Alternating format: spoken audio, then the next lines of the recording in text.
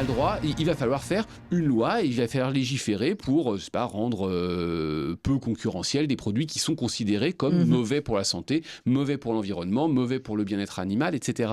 Donc j'ai pas l'impression qu'il y ait une volonté de prendre les consommateurs par la main pour les amener à ces transitions dont on parlait. J'ai l'impression que c'est une vision quand même très, très coercitive de la prise de décision. Je te dis, pour moi, c'est... Alors peut-être parce qu'on a toujours vécu dans un pays où on faisait ce qu'on voulait, où on te dit, c'est comme quand tu étais petit, tu manges ça ou tu n'as rien d'autre. Ça faisait un peu comme ça. Mais du coup, tu m'ouvres sur un sujet sur lequel j'aurais bien aimé qu'on parle, avant d'aborder la tech, c'est cette notion du bien-être animal, du traitement des animaux. Et là, je suis tout à fait d'accord avec toi. Il y a un gap. Effectivement, les gens sont tellement éloignés de la terre, de l'agriculture, de tout ça, que effectivement, ils se sentent un peu coupables de martyriser des animaux et qu'ils ont du mal à l'assumer. En fait, j'ai du mal à assumer. C'est quoi ton explication, en fin de compte, de cette mouvance sur le bien-être animal, enfin voilà, ne plus faire de mal aux animaux? Qu'est-ce qu'il y a derrière, en vérité? Est-ce qu'il y a vraiment derrière des gens qui sont de bonne foi? Est-ce que c'est autre chose qu'il y a derrière? Et comment ça peut évoluer dans le temps? Parce que la viande, elle réduit pas de tant que ça, et en plus elle réduit pour souvent des questions de coût. C'est-à-dire que j'ai pas les moyens de l'acheter, mais quand j'ai l'occasion, j'aimerais bien en consommer, quoi. Alors moi je pense qu'il y a une chose, c'est qu'en fait l'intérêt, enfin en tout cas l'attention, pas l'intérêt, l'attention portée au bien-être animal, c'est finalement le symptôme de société de l'abondance, de société repue. C'est-à-dire qu'on n'est plus du tout dans la quantité, mais dans la qualité de ce qu'on mange. Donc, loin de moi l'idée de dire les animaux, on s'en fout. L'important, c'est qu'on mange c'est que j'ai mon steak dans mon assiette, et puis la manière dont ils sont élevés, abattus, etc. Alors là, après moi le déluge. Absolument pas. Moi, je pense que la première chose, c'est qu'on commence à se poser la question de comment ils sont abattus quand déjà on sait qu'on va en avoir. Première chose. Deuxième chose, et qui là fait vraiment aussi appel à une évolution anthropologique de notre rapport à l'alimentation, c'est qu'on a une alimentation de plus en plus émotionnelle. C'est-à-dire qu'en fait, on le voit bien, par exemple de la viande de lapin, on en mange plus, le lapin c'est mignon. Bah oui. On a tourné pour Voyage en cuisine un épisode sur le cochon d'Inde au Pérou. Dans la rédaction, on avait beaucoup, et c'était assez drôle parce qu'il y avait beaucoup de jeunes en fait, qui disaient « Ah, je peux pas regarder. » Parce qu'il y avait, on filmait dans un élevage de cochons d'Inde, et puis le cochon d'Inde, à la fin, il finissait dans l'assiette, quoi. Bon, mais donc, c'est-à-dire que moi, j'ai toujours l'habitude de dire qu'on est passé de la viande comme une conquête, c'est-à-dire que être capable de la chasser, de la préparer, de la conserver, etc., de la transformer et, in fine, de la consommer, c'était vraiment une avancée de l'humanité. Aujourd'hui, cette conquête, c'est devenu un problème. Parce qu'on a eu la conquête. Moi, en tant que géographe, ce qui me marque toujours, c'est que ces questions de bien-être animal, posez-les à des consommateurs africains. C'est un non-sens géographique total. Mais pourquoi ? Mais parce que déjà, l'alimentation est toujours considérée comme une conquête à faire, avant d'être considérée comme un problème. Enfin, c'est un problème, bien sûr, d'avoir quelque chose, mais là, il faut travailler pour avoir quelque chose à manger. Donc ça, je pense qu'il y a ces deux choses-là. Premièrement, on est une société repue, abondante, etc. Donc maintenant, on peut se permettre de s'intéresser à comment c'est fait, et une société très émotionnelle. Une société où l'alimentation, c'est un petit peu le reflet de mes sentiments individuels. On revient à cette individualisation en permanence. Ceci étant dit, et là, on touche encore du doigt, me semble-t-il, une de ces multiples nuances qu'il faut avoir en matière d'alimentation. Je me souviens, des années de ça, j'avais été invité à visiter un élevage pilote en matière de bien-être animal. C'était vers Rennes, c'était à une 50aine de kilomètres de Rennes. C'était un élevage de veaux. Alors donc, on nous fait tout le baroud d'honneur. Allez, venez, on va vous me présenter, etc. Et tu rentres donc dans une ferme avec des veaux. Et là, tu vois quoi ? Tu vois un élevage, franchement, tu le montres pas à un consommateur. Parce que si on te dit bien-être animal, tu penses à la petite maison dans la prairie, à Heidi, etc., le petit veau qui gambade dans les champs, etc. Bon, là, qu'est-ce qu'on voyait ? On voyait il y avait 7-8 veaux dans des petits box. Alors, on nous explique que c'était très bien parce que le bien-être animal, il était assuré. Ils étaient sur des tapis en polymère de je sais pas trop quoi, etc. Donc, nous disons, on est très, très techniciste du truc. Bon. Moi, je visite, quand même, ça donne pas très envie, quand même. Si c'est ça, le bien-être animal, bon. Et donc, alors, quelqu'un me devance en disant, mais vous vous rendez quand même bien compte que si vous montrez ça à des consommateurs, vous allez vous prendre une tornade de critiques, quoi. Et l'éleveur, très malin, le type, dit, ah ouais, non, mais je sais très bien. Il dit, mais Moi, ça tombe bien, j'ai plein de champs autour de mon exploitation. Il n'y a aucun problème. Si vous voulez que je fasse paître des veaux dans le champ à côté, aucun problème. Moi, j'ouvre simplement la porte, ils y vont. Le problème, c'est qu'à la fin, ma viande de veau, elle va être rouge. Parce qu'ils auront mangé de l'herbe. Dans l'herbe, il y a du fer. Donc, ça transforme la couleur de la viande. Et de la viande de veau rouge, il n'y a pas un consommateur qui l'achètera. Parce qu'en France, la viande de veau, elle doit être blanche. Donc, si vous voulez que la viande soit blanche, il faut qu'il reste uniquement cloîtré dans leur petit box. Donc, c'est là où on touche aussi les limites et des représentations. Le cochon rose, tu vois, et le jambon rose, quand il était gris. Ça donne moins envie. Oui, c'est la réalité. Et c'est la réalité. Donc, là encore, on le disait au début, c'est ni rose ni orange, mais c'est une sorte d'entre-deux en permanence. Et là-dedans, le consommateur qui a beaucoup d'attentes, faut aussi qu'il comprenne que parfois, c'est pas le monde rêvé de l'agriculture et de l'alimentation. C'est plus compliqué. Mais on voit bien qu'il y a une déconnexion, et moi je le dis toujours en rigolant avec mes étudiants, entre la réalité de l'agriculture et ce qu'on nous en montre, alors pas à la télé dans les émissions agricoles, machin, mais dans L'amour est dans le prix, ou dans je sais pas quelle émission agricole, où on n'est pas du tout là-dedans, et en fin de compte on s'occupe des affaires de cœur de l'agriculteur et moins de son business.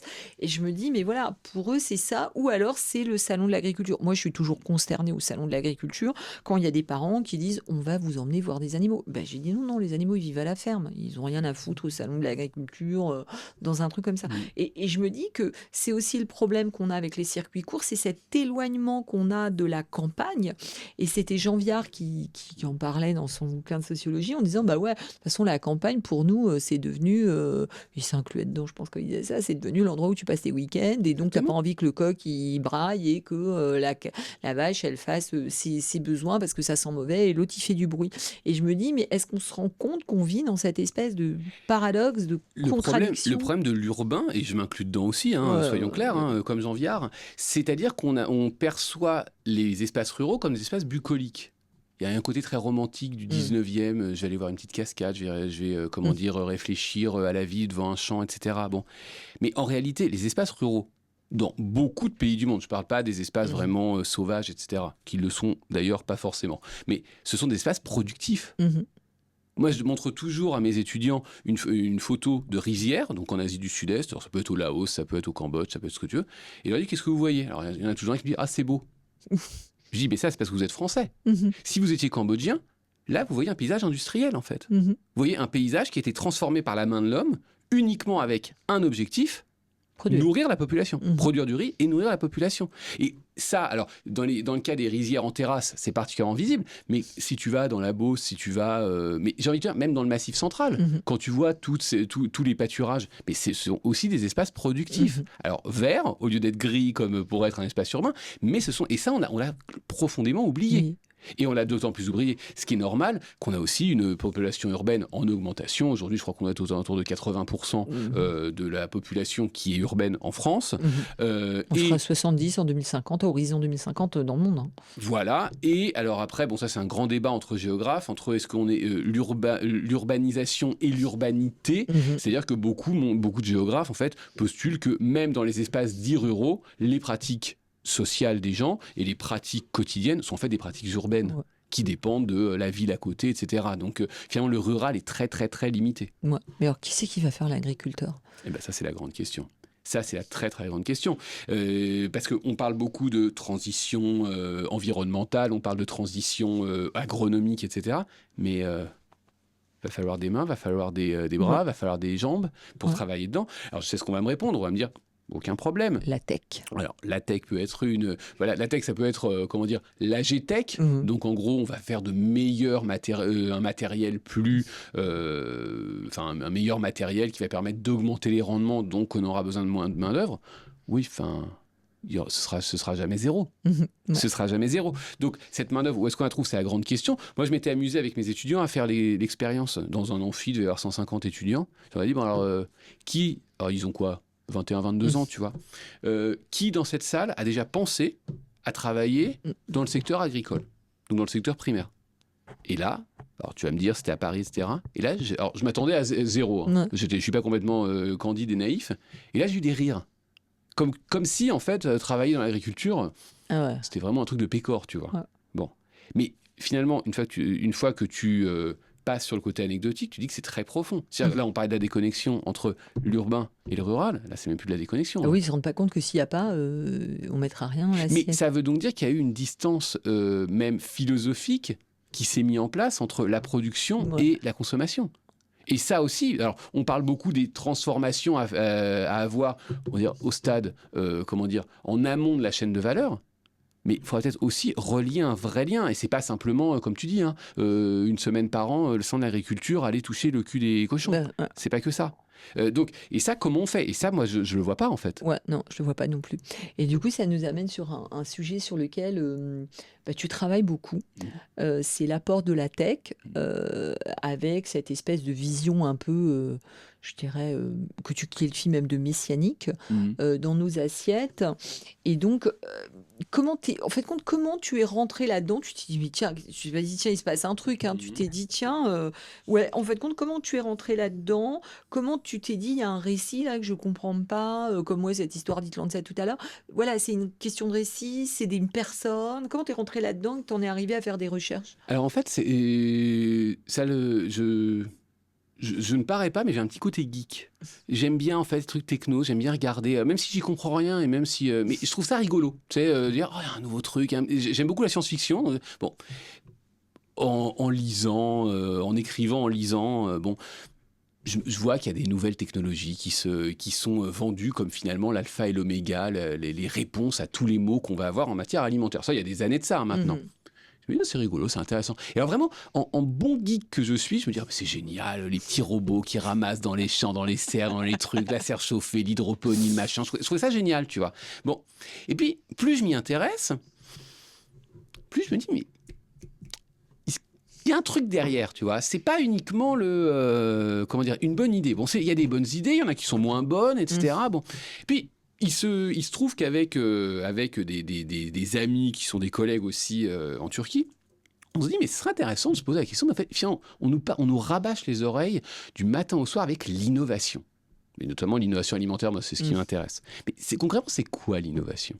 Alors, on a toujours les ouvrages de référence sur l'innovation, mais concrètement, c'est quoi? Et ça prend quelle forme en matière alimentaire? Donc, on a eu toute une réflexion là-dessus, en se disant, mais en fait, l'innovation, c'est pas uniquement l'innovation produit, c'est aussi de l'innovation dans les discours, c'est aussi l'innovation dans les services, c'est aussi l'innovation dans la manière de marketer quelque chose. Donc, voilà, l'innovation, ça va aussi bien du packaging à la redécouverte d'un produit ancien qu'on remet au goût du jour, d'une techno, d'un logiciel, etc. Bon, je vais pas faire le... Et en fait, à partir de là, on se dit, mais bon, ça c'est notre première étape, mais ce serait pas mal d'évaluer en fait qu'est-ce qui est pertinent et qu'est-ce qui n'est pas pertinent. Donc on revient, en bon universitaire qu'on était, on revient, on met en place une méthodologie d'analyse, etc., etc. Bon, on a un copain qui est ingénieur informatique, il dit, je pourrais faire un logiciel, il nous fait un logiciel, etc. Bon, hein.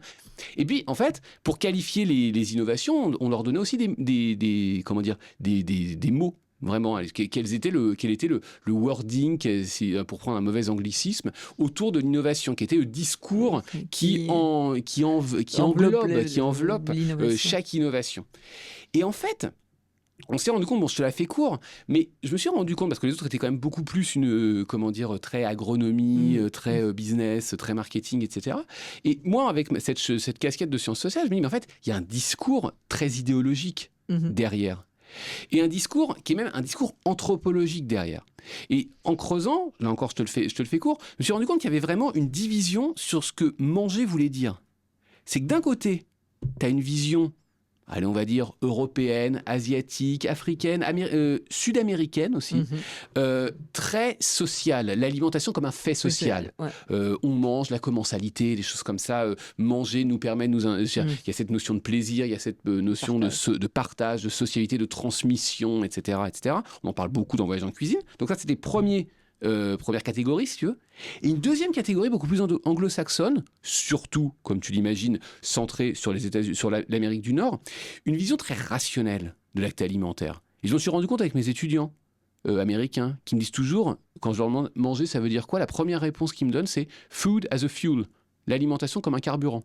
Bon. Parce qu'il y a une vision... Alors, je ne suis pas là pour dire c'est bien ou c'est mal. Simplement, je constate une différence, tu vois. Ouais, bien sûr. Et en fait, je me dis, mais cette vision très fonctionnelle de l'alimentation, mais elle imprègne toute cette food tech, Mhm.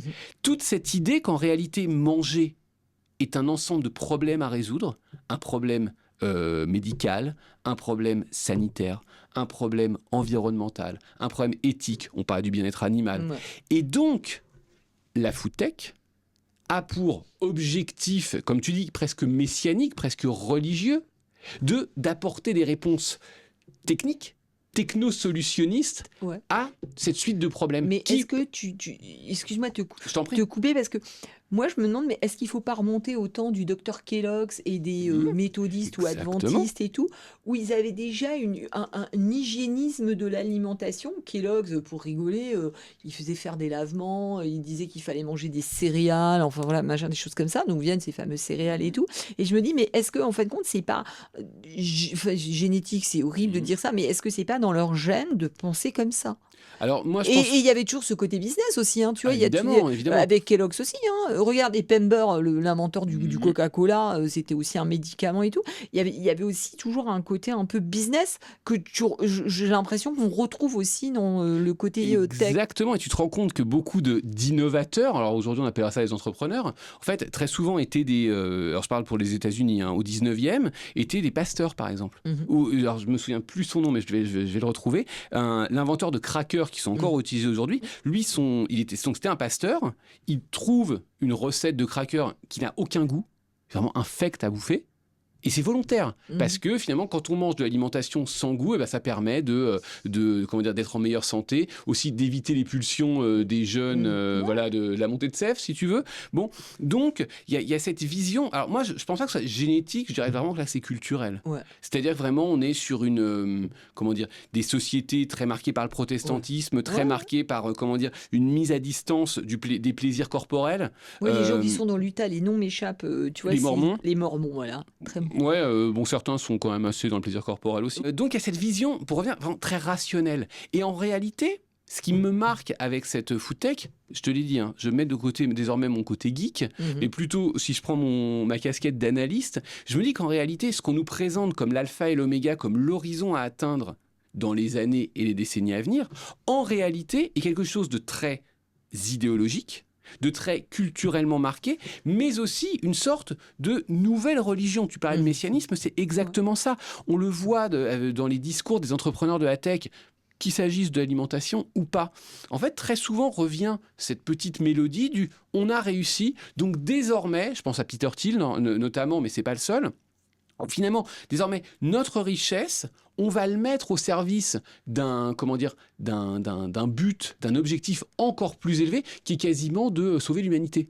Si j'étais méchant, je dirais de sauver l'humanité pécheresse, tu vois.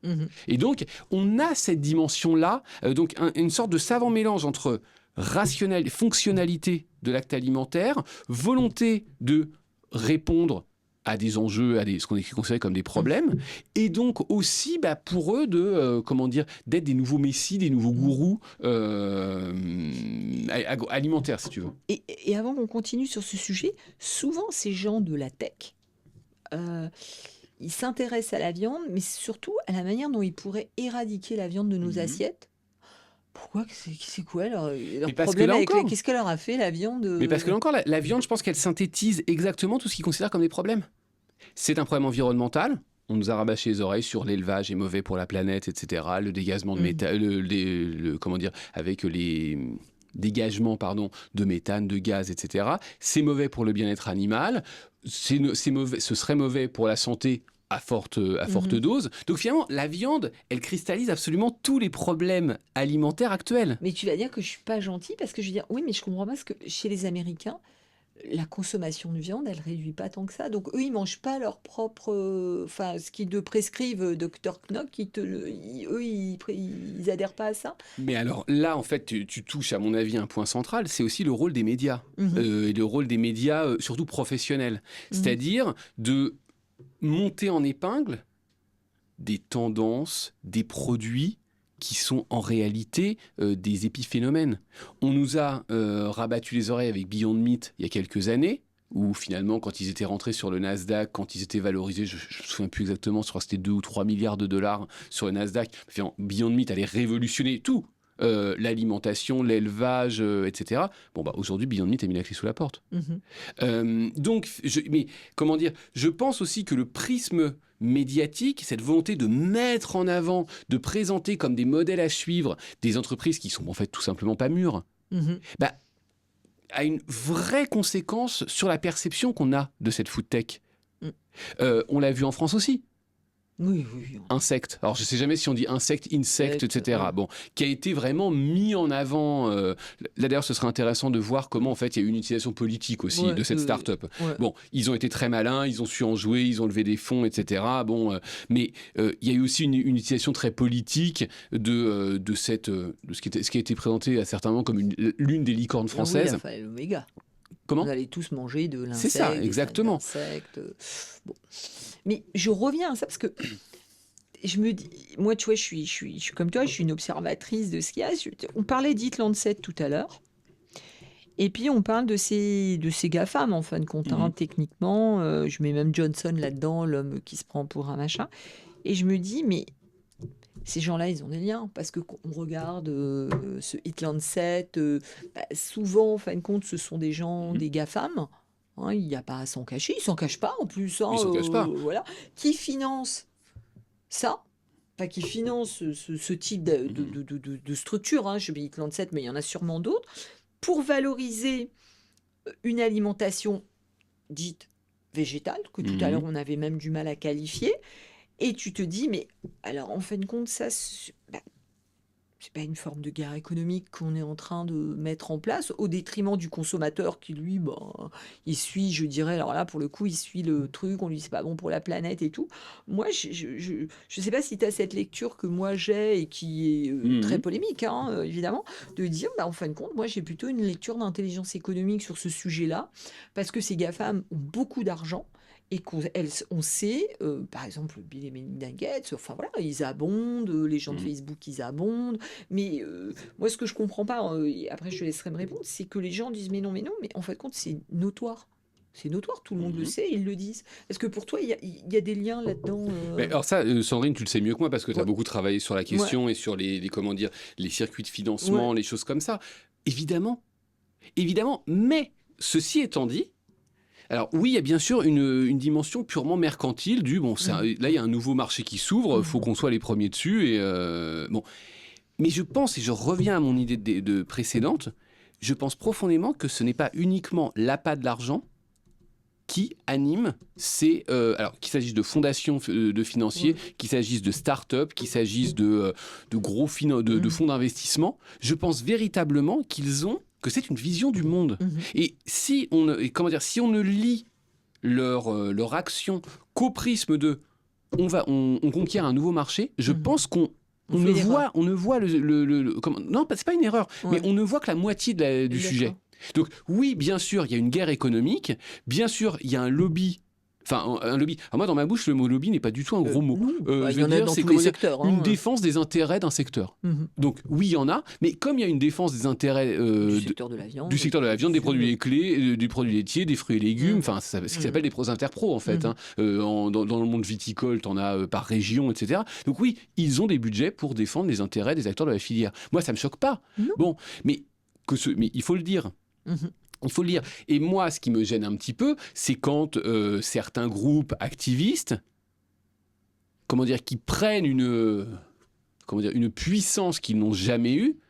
Moi, ça me dérange pas qu'il y ait des mouvements présentés comme citoyens qui s'opposent à certaines conditions d'abattage, certaines conditions d'élevage, etc. Et je pense que c'est un enjeu, le bien-être animal, et de mieux traiter les animaux, de mieux appréhender l'abattage. Enfin voilà, ça n'a pas besoin d'être ce que c'est ou ce que ça a été. Exactement.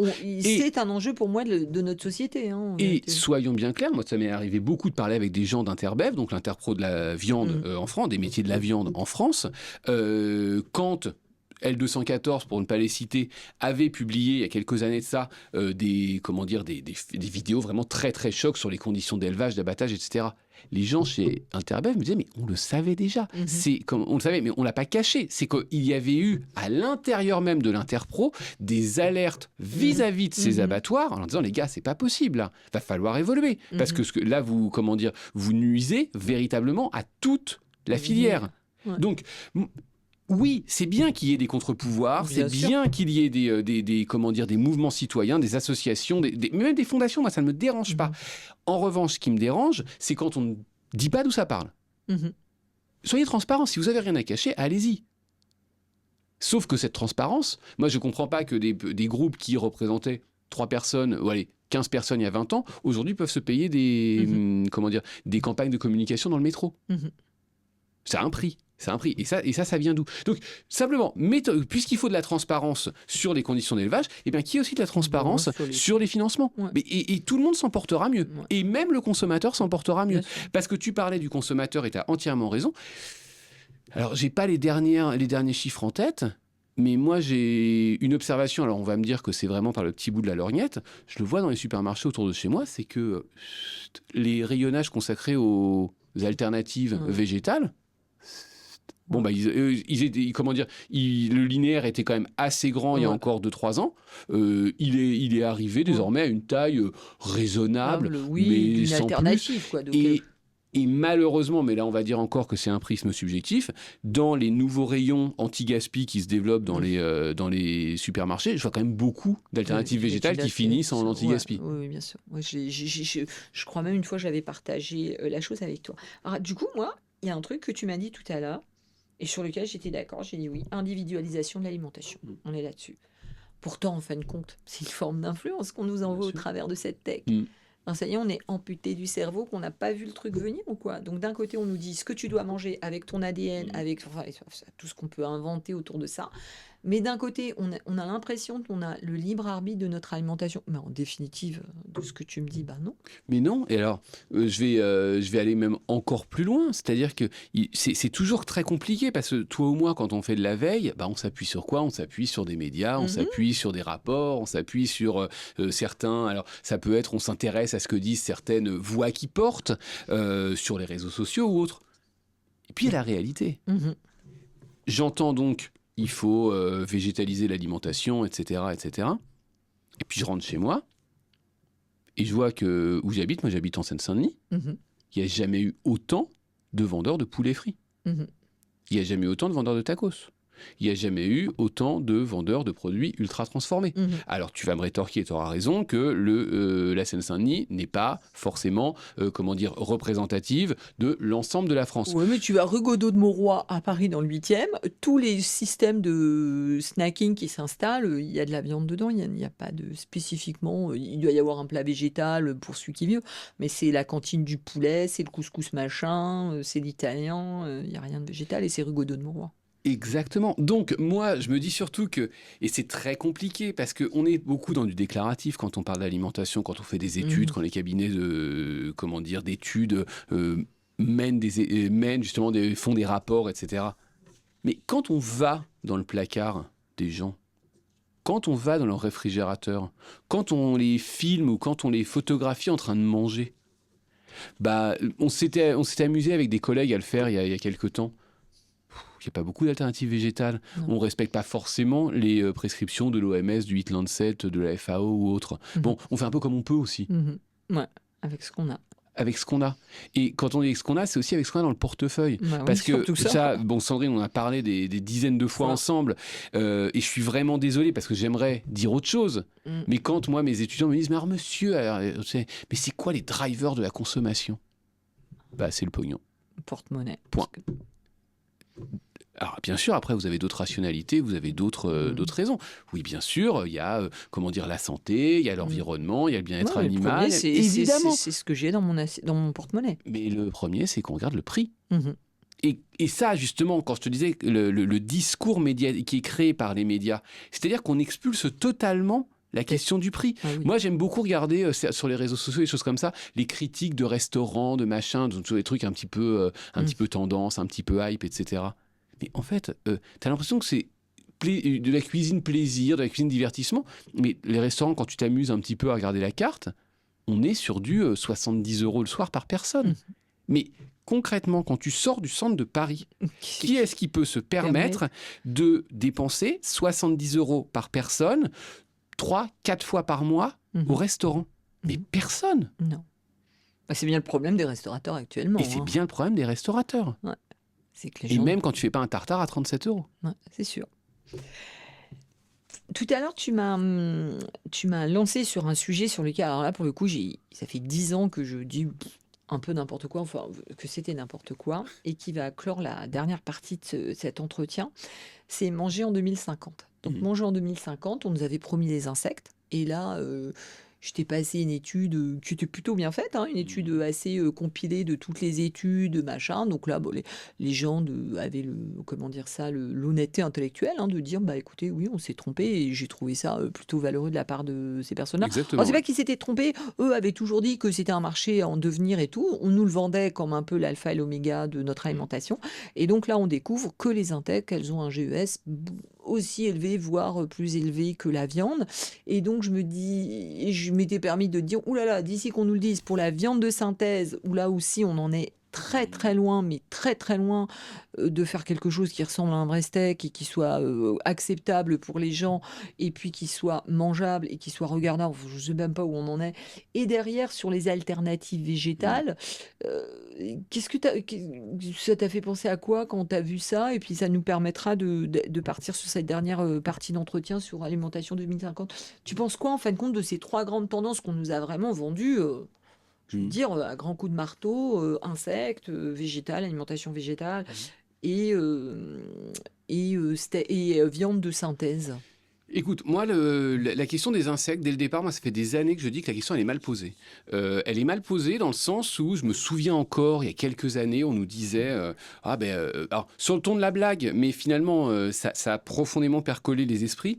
Est-ce que notre steak de bœuf va être remplacé par du steak de tarentule? La réponse, c'est non. En France, non. Non, on ne mangera pas des grillons, on ne mangera pas des tarentules, ou on ne mangera pas des punaises d'eau pour remplacer les protéines carnées. Parce qu'il y a des barrières culturelles qui font que même si, il y a un petit côté coucou, fais-moi peur, tu vas essayer de manger un truc comme ça une fois, mais ce n'est pas pour autant que ça va s'ancrer durablement dans les pratiques. Donc ça, la question a été mal posée dès le départ. Ça a été vraiment une facilité, un marronnier journalistique, me semble-t-il. En revanche, moi, je vois vraiment pas le problème de remplacer certaines protéines animales par des protéines d'insectes, dans certains cas. Par exemple, quand tu as des lasagnes, quand elles sont pas au cheval, quand tu as des lasagnes toutes prêtes, si tu remplaces la viande hachée d'une qualité qui n'est pas forcément la meilleure par des protéines d'insectes, j'ai confiance dans les industriels pour finalement créer quelque chose qui soit mangeable. Donc moi, sur un plan purement, de substitution, pourquoi pas?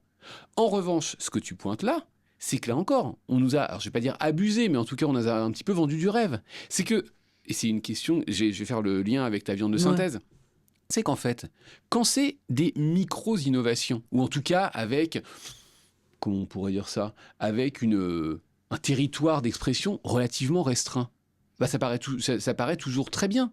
C'est génial.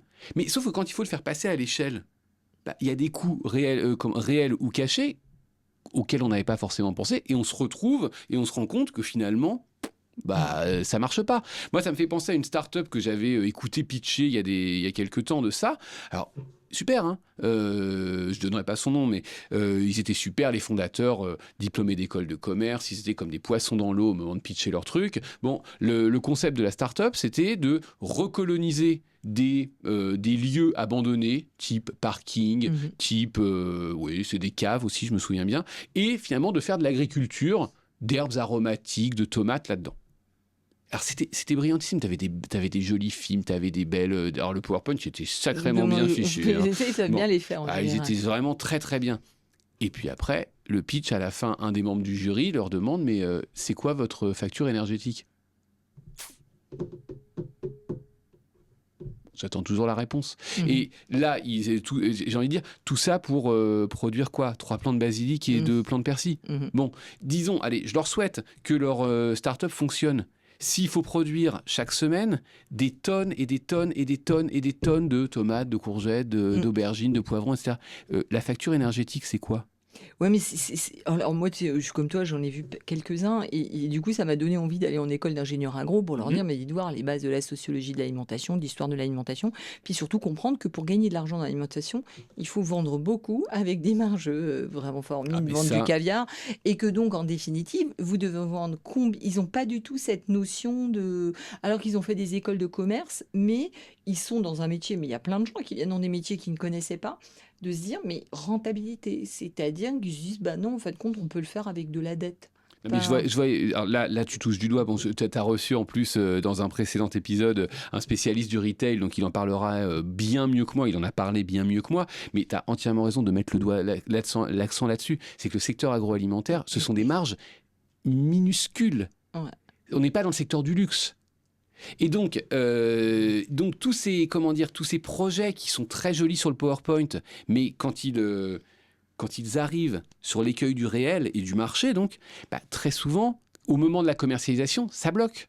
Parce qu'ils ont... Alors, je ne suis pas totalement stupide et je ne suis pas totalement naïf. Je sais que pour beaucoup de ces fondateurs, entrepreneurs, etc., l'idée, c'est de vendre un joli concept, d'avoir un beau paquet cadeau autour, en espérant d'être racheté par une grosse boîte. Et puis après, voilà. Donc, l'idée, c'est pas d'avoir une pérennité ou une durabilité de l'entreprise. Ouais. C'est pas, je l'ai construit de mes moyens, ensuite. Non, c'est en fait, dans un temps le plus court possible, faire, bien habiller la mariée pour ensuite la donner à un groupe plus important. Qui va le faire.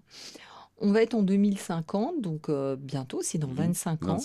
Et on est sur une population extrêmement vieillissante, à qui on aura dit de manger végétal, et puis qui vont peut-être... Enfin, voilà. C'est quoi pour toi la consommation, l'alimentation 2050 ? Alors moi, je ne suis pas jamais futurologue, hein. Moi, je ne vois pas de voyance ni rien. Mais tu te dis avec quand même... une seniorisation de la société, hein, soyons très clairs, moins d'enfants. Alors des agriculteurs, on ne sait pas trop qui c'est qui va être faire l'agriculteur, parce que les enfants d'agriculteurs, ils sont quand même assez rares, ceux qui veulent le reprendre, et puis les jeunes qui se mettent là-dessus. Et même ceux qui veulent, c'est compliqué. Ouais, c'est compliqué et tout. Je ne sais pas si tu avais entendu parler de tokenisation de l'alimentation. Là, j'ai alerté un député sur le sujet. C'est quoi l'alimentation en 2050 quand on part avec une population relativement vieille qui va avoir des besoins spécifiques, qui va être plus tard dans le monde du travail qu'elle ne l'est maintenant, donc elle va être déjà dans le monde du travail encore avec peut-être déjà des besoins spécifiques. Elle s'organise comment, cette alimentation ? Alors, cette question, elle est passionnante, parce que là, c'est vraiment un des enjeux. Alors, on nous a parlé beaucoup de la silver economy, mais qui décolle pas, mais c'est surtout que... alors, moi, ce que je vois, mais je ne suis pas du tout omniscient, je vois très très peu d'innovation pour les seniors. Mais ils n'en veulent pas. Ils n'en veulent pas, alors que... alors, tout dépend après ce qu'on entend senior, parce que si je mets les pieds dans le plat... c'est 45 ans. Hein. Et c'est ça. C'est que, allez, moi j'aurais dit 50, tu vois. Mais disons que c'est un vrai marché. De 50 jusqu'à Mathusalem, on va dire, c'est un vrai marché. Et un marché, en plus, qui, à mon sens, si je suis totalement cynique, est très porteur. Parce qu'on parle quand même de personnes qui, pour une partie d'entre elles, ont quand même des moyens et sont prêts à consommer. Ce sont des vrais consommateurs. Bon, moi, ce que je vois, il y a certaines innovations produits, des petits machins, etc., pour des seniors qui sont, par exemple, en situation vraiment de handicap, ou qui sont vraiment qui sont placés, etc. C'est très bien. Mais ça, c'est quelque chose de très fonctionnel qui s'adapte à des segments très particuliers du spectre des consommateurs. Mais je vois peu de services, en fait. On en avait parlé beaucoup, Sandrine. Moi, je pense que vraiment l'innovation, si tant est qu'il y ait innovation, ce sera sur le service. C'est pas sur le produit, c'est sur le service. Comment est-ce que tu mets à disposition des plateformes de livraison, peut-être même des cuisines partagées, des choses comme ça. Moi, je pense que l'innovation, ça passera pas par des petits robots et des choses comme ça. C'est vraiment du service. Peut-être, alors, peut-être des régimes personnalisés, on revient, parce que on arrive sur cette individualisation, mais qui va passer, on l'a circonscrit pour l'instant aux générations les plus jeunes, mais au fur et à mesure, elle va aller sur les générations aussi plus âgées. Et Plus généralement, moi, ce que je vois, et là, ça transcende les générations, sur ce plan-là, je ne suis pas très optimiste. C'est-à-dire que moi, je vois je vais utiliser totalement et à dessein le concept de Jérôme Fourquet d'archipélisation. Moi, je vois une archipélisation alimentaire. Ouais. C'est-à-dire que je vois d'un côté des consommateurs qui vont avoir un capital suffisant. Et quand je te parle de capital, ce n'est pas un capital uniquement financier. Ouais. C'est un capital financier plus... Allez, disons intellectuel, même si j'aime pas. L'idée, c'est pas dire qu'ils sont plus malins que d'autres, mais un capital plus, au sens bourdieusien du terme, tu vois, un capital qui va en fait, qui leur permet de comprendre les enjeux qui se jouent autour de leur table et de leur verre. C'est-à-dire que oui, peut-être qu'il faut que je substitue tel produit par tel autre, parce que, etc. Et donc, ils vont avoir la capacité à élaborer des stratégies culinaires pour finalement conserver un plaisir, conserver, etc., tout en jouant avec cette variable du prix qui, on revient, est absolument centrale. Donc moi, je vois ça. Et je vois à l'autre extrémité un groupe qui n'aura pas forcément ce capital, ni financier, ni intellectuel, et qui, finalement, sera totalement tributaire de l'alimentation transformée, ultra transformée, appelons ça industrielle, appelle ça comme tu veux, avec des, et avec toutes les conséquences et les pathologies associées.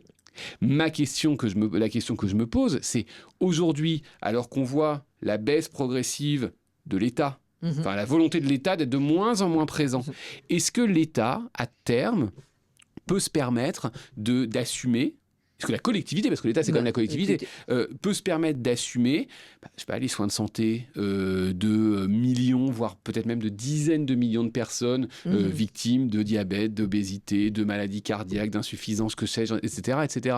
Donc moi je me pose la question, est-ce que l'alimentation n'est pas une sorte de cheval de Troie et n'annonce pas en fait des évolutions qui vont largement dépasser l'alimentation, si tu veux?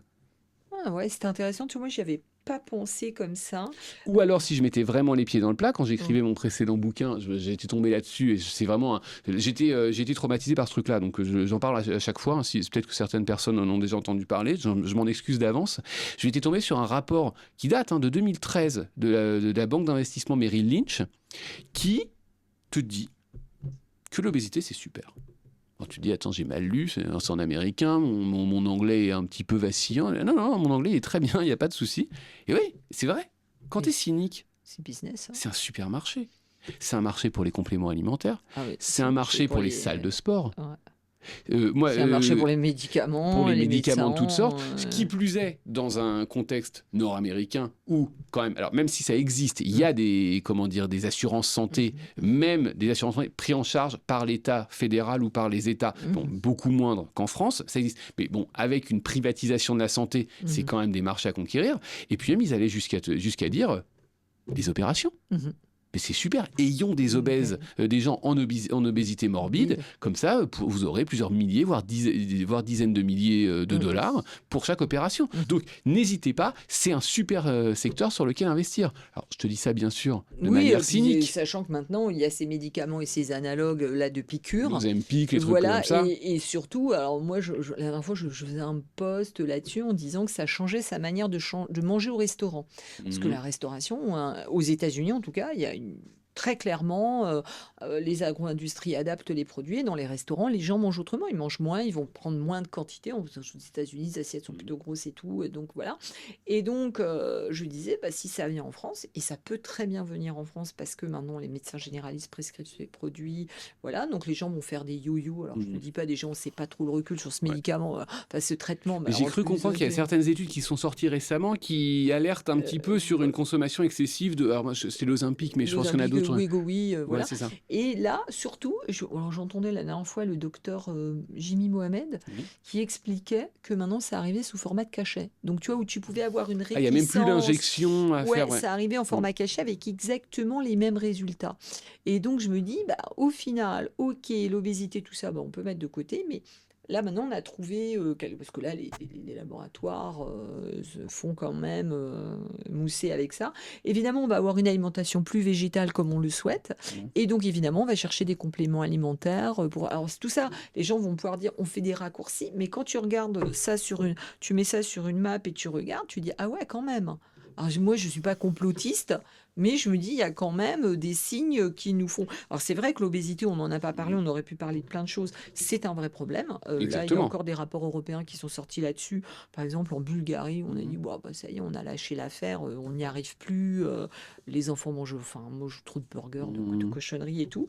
Mais moi, tu vois, je me pose aussi la question de est-ce qu'en 2050, bah, toi, tout à l'heure, tu me parlais territoire et tout ça, est-ce qu'on mangera encore territorial? Un sujet dont tu parles souvent beaucoup, c'est l'hybridation. Et peut-être qu'on pourra terminer là-dessus. C'est de se dire, mais est-ce que, voilà, en 2050, moi, je mangerai encore français? Ou est-ce que je mangeais un truc totalement hybride, techno-italiano, je sais pas quoi, dans mon assiette? Bah là, c'est la grande question. Hein. Je suis comme toi, Sandrine, je suis pas futurologue. Écoute, je peux que dresser des hypothèses. D'un Ouais. côté, on va dire scénario 1, on arrive dans une sorte de globalisation, d'hybridation totale où on peut avoir des plats sénégalo-thaïlandais, où finalement les cadres de référence volent totalement en éclats pour des recettes nouvelles. Ou au contraire, on peut dire qu'on va avoir une sorte de redécouverte des patrimoines traditionnels. On le voit aujourd'hui, les bouillons, on le vend en poupe. Mais alors, ça peut être même d'une certaine manière assez amusant quand on voit par exemple que le bœuf bourguignon est presque plus exotique que le sushi en France, ou que la blanquette de veau est une blanquette de veau, c'est génial. Moi, par exemple, si j'étais entrepreneur, tu vois, j'adorerais ouvrir une espèce de plateforme où tu redécouvres des plats traditionnels français. Ouais. Tu vois, où je le vendrais avec un côté exotique. Vous n'avez jamais vu de la pisse saladière. Vous allez découvrir un nouveau monde de ça. Des bouillons. Enfin, c'est exactement ça. Il y a le bouillon en tant que tel qui refait parler de soi en tant que liquide, hein, voilà. Mais c'est surtout le bouillon. Enfin, les bouillons, c'est restaurants d'ouvriers en fin de compte. Exactement, c'est des restaurants qui coûtaient pas cher, où voilà, il y avait des tu œufs mangeais un mimosa œuf mayonnaise et et c'est puis où ça. tu mangeais une blanquette, quoi. Donc moi, je voudrais quand même qu'on ait une espèce de petite conclusion positive parce qu'on a beaucoup voyagé avec toi. On revient au territoire français et quand même à nos racines qui sont quand même fortes et importantes en matière d'alimentation. Donc, est-ce que on peut garder espoir qu'en 2050, on mange encore toujours une bonne blanquette, une bonne daube, et qu'on ait encore des agriculteurs et des bons produits, hein? Mais je l'appelle de mes voeux, bien sûr, évidemment. Ouais. Alors là encore, c'est ce qu'on dit depuis tout à l'heure. C'est que c'est ni noir ni blanc. C'est-à-dire que je ne pense pas qu'en 2050, on mangera plus que de la viande végétale, ou au contraire, on mangera plus que du bourguignon et de la bouillabaisse. Non. Assumons aussi ce côté, tu parles d'hybridation, mais c'est une hybridation pleine et entière, en fait, où il n'y a pas qu'un seul modèle contre un autre. Il y a en fait toute une cohorte, toute une myriade de systèmes différents. Mais moi, par contre, la seule chose que je vois, alors là, s'il y a juste, tu vois, une sorte de prévision à faire, de fulgurance, je pense pas que cette tendance de fond à l'individualisation puisse durer trop longtemps. Il va y avoir l'élastique est trop tendu. Voilà, c'est ça, un moment, ça craque et on va revenir sur du collectif. On ne peut pas faire autrement. Et il faut qu'on termine parce qu'on pourrait faire la soirée ensemble, toi et moi. Regarde le Covid. Tout d'un coup, la pyramide de Maslow, on l'a redécouvert. C'était bien de vivre avec les gens, on avait besoin de se voir, on avait besoin de cuisiner, on avait besoin de se rassurer et tout. Covid termine, on repart. Alors c'est vrai qu'on a l'impression de dire des platitudes, mais c'est la réalité. Et je me dis, mais que faut-il qu'ils fassent pour que les gens comprennent que, alors moi je parle toujours d'alimentation, mais du vivre ensemble. Et j'avais écrit une newsletter il n'y a pas longtemps et j'aimerais qu'on conclue là-dessus. Moi ce que j'aimerais, c'est qu'on arrête de polariser cette alimentation. Moi, j'adore les gens qui veulent manger leur steak végétaux si ça leur convient, qu'ils acceptent qu'il y en ait qui veulent manger leur côte de bœuf. Pourquoi y a-t-il besoin de polariser à chaque fois des discours? Alors tu vas me dire, c'est l'air du temps, les réseaux sociaux qui veulent ça, mais pourquoi y a-t-il besoin de toujours polariser ces discours sur des sujets en fait compte qui devraient plutôt nous rassembler que nous séparer? Oui, mais alors je te répondrais que finalement l'alimentation, on nous l'a beaucoup vendu comme quelque chose qui rassemble, qui partage, qui rassemble, un élément de partage. Moi, je le vois dans Voyage en cuisine. Et je le vois dans les commentaires YouTube sur les émissions. Alors oui, ça rassemble, mais ça divise aussi énormément. Quand on a le malheur de dire que tel plat est originaire de tel pays et de pas tel autre, alors c'est intéressant. Moi, j'utilise beaucoup ces exemples-là parce que bon, alors parfois on a des menaces à peine voilées, parfois on a des insultes, etc. Mais ça dit beaucoup. En fait, c'est que quand tu parles d'alimentation, tu touches à tout. tu touches à quelque chose, mais d'incroyablement intime. C'est vraiment, ça touche aux tripes, avec, au sens propre comme au sens figuré, si tu veux. Bon, donc, quand tu parles d'alimentation, tu parles de quelque chose qui est profondément ancré en nous. Sur un plan purement anthropologique. Donc, je pense que l'alimentation, de facto, elle est quand même très souvent polarisée. Regarde dans certains pays où, comment dire, peut-être que ce degré d'individualisation est moindre. Je me rappelle, par exemple, il y a 10 ans, je crois, de la guerre du houmous entre le Liban et Israël. Bon, alors, vu comme ça, tu te dis, bon, qu'est-ce qu'ils ont à se taper dessus pour la paternité, pour le pays qui organisera le plus gros houmous au Guinness des records. Bon, mais en même temps, ça te montre que l'alimentation, c'est quelque chose qui est tellement ancré en chacun que c'est pas non plus, comment dire, tout le monde il est beau, tout le monde il est gentil. C'est que l'alimentation crée, et c'est pour ça que c'est éminemment géopolitique, c'est que l'alimentation, elle crée des collaborations, mais elle crée aussi des rapports de force. Top. Merci Pierre, en fin de compte, pour cet échange. J'ai été ravie que tu puisses venir nous consacrer merci un petit peu de temps. Merci à toi, Sandrine, pour ton invitation. Ouais, tu nous as rappelé. Alors, je sais que tu es en train de préparer un livre, tu me l'avais dit. C'est pour quand, le prochain livre? Eh ben, normalement, je rends les... Alors, il y en a un qui a été rendu et le prochain devrait sortir au mois de septembre 2026. Pas tout de suite. On le montrera. Voilà. Stat Food. Et donc, en fin de compte, tu nous as rappelé que manger, c'était aussi une carte du monde.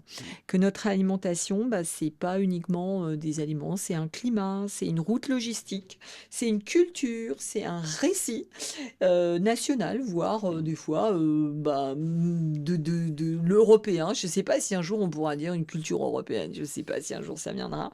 Et qu'en fin de compte, c'est aussi une mémoire et une arme, quand on a parlé tout à l'heure de techno-alimentation. Merci beaucoup Pierre. Merci Sandrine. Merci à tous.